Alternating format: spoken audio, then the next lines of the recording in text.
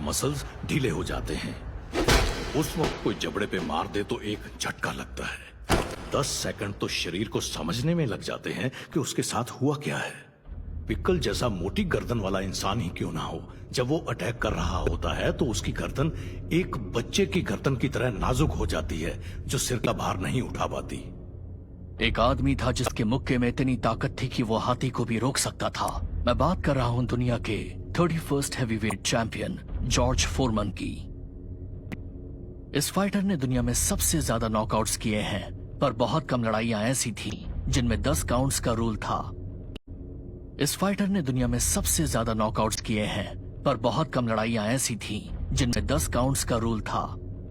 और दूसरी तरफ एक और चैंपियन था जिसे शुरुआत में कमजोर कहा जाता था। हम सब उन्हें जानते हैं मोहम्मद अली के नाम से। उनके तेज पंचेस को फैंटम पंच कहा जाता था। अपने ओपोनेंट के गिरने पर वो हमेशा 10 तक गिनने के लिए कहते थे। जब कोई अटैक करने आ रहा हो और आप उसे पंच मार दो तो कुछ सेकंड के लिए दिल की धड़कनें रुक जाती हैं और बाकी के पास वो काबिलियत है, इसलिए वो उसे इतने तेजी से पंच मार पा रहा है। और यही वजह है जो उसने ऐन मौके पर बाजी पलट दी। मुझ पर हमला करने वाले नुकीले दांतों को मैं अपने एक पंच से तोड़ देता था। मेरी तरफ आने वाले हर पंजे को मैं अपने एक हाथ से तोड़ दिया करता था। मुझे सींग मारने वाले का मैं ये हश्र किया करता था। मुझे उनके साइज से फर्क नहीं पड़ता, उनकी ताकत से फर्क नहीं पड़ता। मेरे हाथ, मेरे पैर, मेरी पकड़, मेरा शरीर उन्हें हराने के लिए काफी था।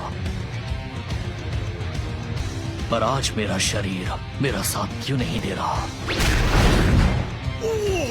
बहुत अच्छे बाकी। उसका साइज किसी काम नहीं आया, उसकी ताकत किसी काम नहीं आई। बाकी के पैंतरों का सच में जवाब नहीं।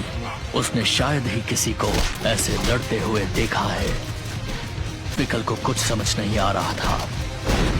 और फिर ये क्या है? वो आगे बढ़ रहा है। ये जैक से लड़ते वक्त भी इसी तरह बिजली की तेजी से भागा था। पिक्कल घबरा गया है और बस डिफेंस कर रहा है और बाकी उस पर लगातार हावी होता जा रहा है।